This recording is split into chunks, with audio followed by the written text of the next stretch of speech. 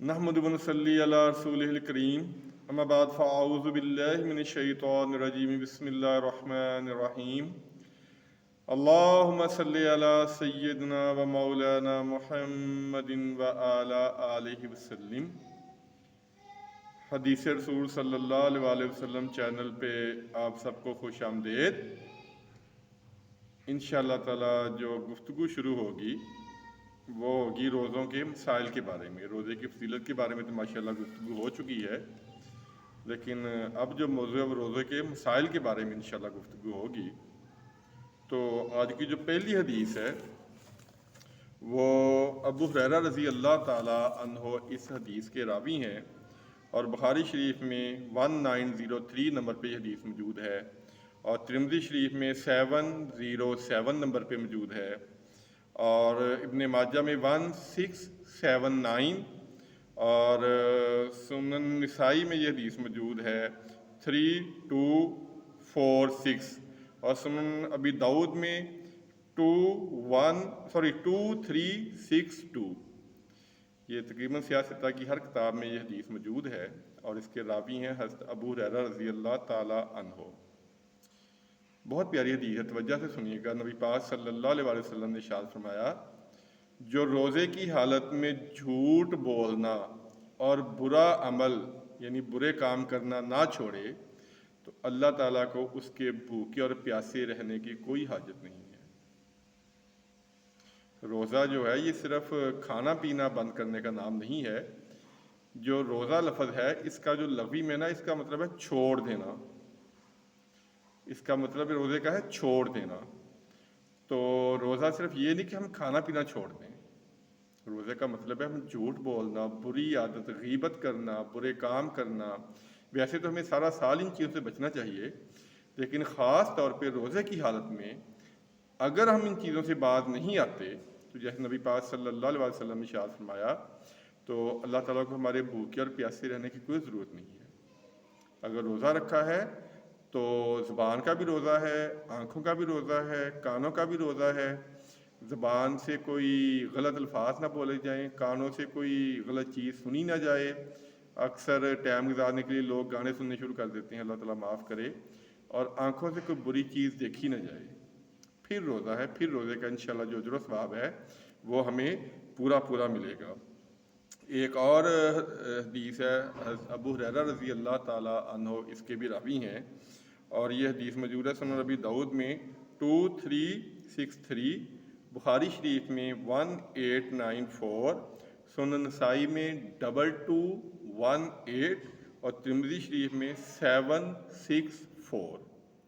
یہ آپ کو میں نے نمبر بتا دیے ہیں کہ نبی پاک صلی اللہ علیہ وسلم نے ارشاد فرمایا، روزہ برائیوں سے بچنے کے لیے ایک ڈال ہے۔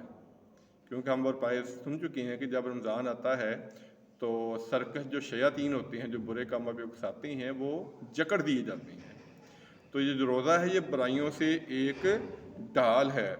تم میں سے جب کوئی روزہ دار ہو تو وہ فحش باتیں نہ کرے، گھٹیا باتیں، غلیظ باتیں۔ ویسے تو میں نے عرض کیا کہ پورا سال ہی ہمیں ان چیزوں سے بچنا چاہیے، لیکن خاص طور پہ روزے کی حالت میں اگر تم سے کوئی جھگڑا کرے یا گالی گلوچ کرے تو آگے سے کہہ دے میں روزے سے ہوں، میں روزے سے ہوں۔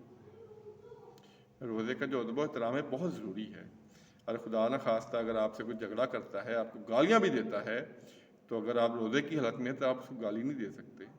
آپ یہی کہیں گے کہ میں روزے کی حالت میں نے عرض کیا روزہ صرف یہ نہیں ہے کہ انسان کھانا پینا چھوڑ دے، اس کی اللہ کو کوئی حاجت نہیں ہے۔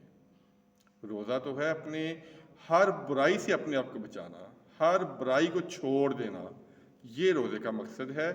اور جو قرآن پاک کی ہم نے آیت پڑھی تھی کہ اے ایمان والو تم پہ روزے فرض کیے گئے ہیں جیسے تم سے پہلی امتوں پہ فرض کیے گئے تھے تاکہ تم متقی بن جاؤ، لعلکم تتقون۔ روزے رکھنے کا مقصد کیا ہے کہ ہمیں جو برائیاں ہیں، اخلاقی ہیں یا جس طرح کی بھی ہیں برائیاں، ہم ان سے چھٹکارا حاصل کر سکیں۔ یہی تو ایک روزے کا سب سے بڑا مقصد ہے۔ اگر روزہ رکھ کے بھی جھوٹ بولنا، غیبت کرنا، تہمت لگانا، چغلی کرنا، برے کام، فحش گانے سننا، گفتگو کرنا، گھٹیا چیزیں دیکھنا، اگر یہ نہیں چھوڑا تو بڑی معذرت کے ساتھ پھر یہ روزہ نہیں ہے۔ یہ تو پھر ایک فاقہ قسم کی چیز ہے جس کی اللہ تعالیٰ کو کوئی ضرورت نہیں ہے۔ ایک اور بہت بڑی پیاری روایت ہے، ابو ہریرہ رضی اللہ تعالیٰ عنہ اس کے راوی ہیں، سنن ابی داؤد میں حدیث موجود ہے 7396 اور ترمذی شریف میں 723۔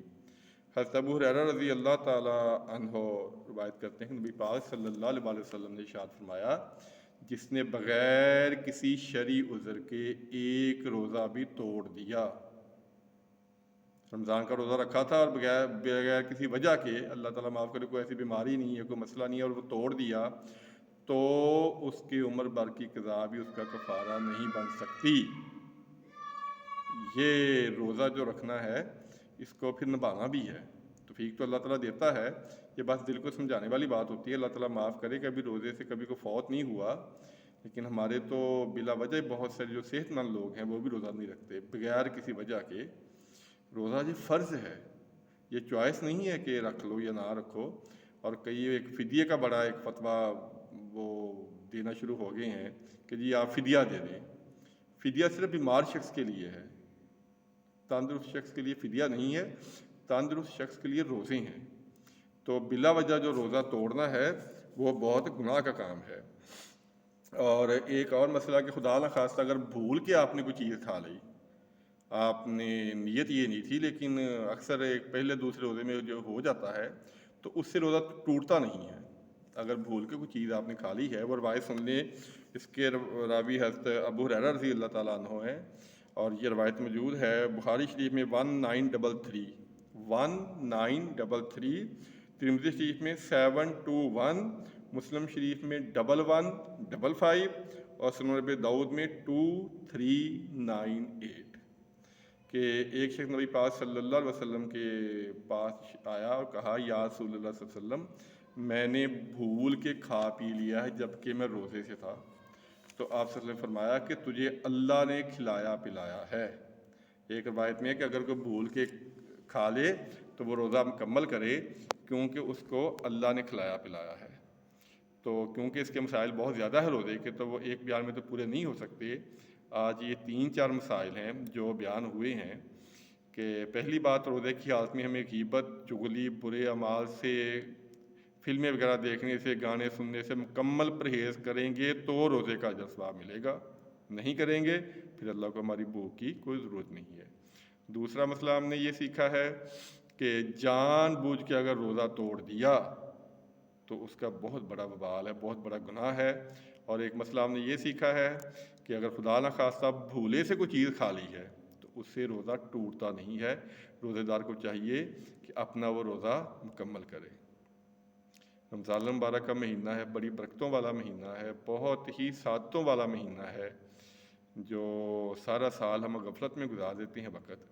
تو یہ سمجھیں کہ ایک لاٹری ہے ہمارے لیے کہ ہم ایک مہینہ اللہ تعالیٰ کو راضی کرنے کی کوشش کریں، کیونکہ یہ وہ مہینہ ہے جس میں نفلوں کا ثواب فرضوں کے برابر ہو جاتا ہے۔ آپ اندازہ کریں کہ نفلوں کا ثواب فرضوں کے برابر ہو جاتا ہے، تو روزے کو رکھنا جو ہے اس کے مسائل سیکھنے بھی ضروری ہیں۔ اس کے مسائل سیکھنے انشاءاللہ آج کچھ بیان ہوئے ہیں، کچھ اگلے دنوں میں بیان ہوں گے آہستہ آہستہ، کیونکہ یہ کافی لمبا ٹاپک ہے، تو ایک بیان میں تو پھر آپ بور ہو جائیں گے، اس لیے میں انشاءاللہ اس کو سٹیپ بائی سٹیپ ہی آپ کی خدمت میں پیش کروں گا۔ وہی باتیں جو ہمیشہ میں دہراتا ہوں کہ خدارہ حدیث کی کتب کا مطالعہ کریں، اور یہ جو میں آپ کو کتابوں کے نام بتا رہا ہوں، ان کتابوں کو کھول کے پڑھا بھی کریں اور دیکھا کریں کہ ان میں یہ حدیثیں موجود ہیں کہ نہیں ہیں۔ یہ باب الصیام میں زیادہ تر جو آج حدیثیں بیان ہوئی ہیں، میں پہلے بھی عرض کر چکا ہوں کہ نمبر ہو سکتا ہے آگے پیچھے ہوں، کیونکہ نسخے مختلف ہوتے ہیں۔ میرے پاس جو نسخے ہیں میں تو انہیں میں سے بیان کرتا ہوں، لیکن انشاءاللہ روایت میں فرق نہیں ہوگا۔ نمبر آگے پیچھے ہو سکتے ہیں لیکن انشاءاللہ تعالیٰ روایتیں وہی ہوں گی۔ تو یہ جو مہینہ ہے اس کی پوری سعادتیں اور پوری برکتیں ہمیں لوٹنی چاہیے۔ میرے لیے بھی دعا فرما دیجیے کہ اللہ تعالیٰ مجھے بھی صحیح اور مکمل روزے رکھنے کی توفیق عطا فرمائے، اور یہ جو چھوٹا سا سلسلہ شروع کیا ہے اللہ تعالیٰ اس کو شرف قبولیت عطا فرمائے۔ وہ حدیث بڑی دفعہ بیان ہو چکی ہے بخاری شریف کی، اور سنن ابی داؤد میں 3661 ہے، اور بخاری شریف میں 2942 ہے کہ آپ نے فرمایا تھا حضرت علی رضی اللہ تعالیٰ عنہ سے کہ اگر تمہاری رہنمائی سے ایک شخص بھی راہ ہدایت پہ آ گیا یا ایک شخص بھی ہدایت پہ آ گیا تمہارے لیے 100 سرخ اونٹ صدقہ کرنے سے بہتر ہے۔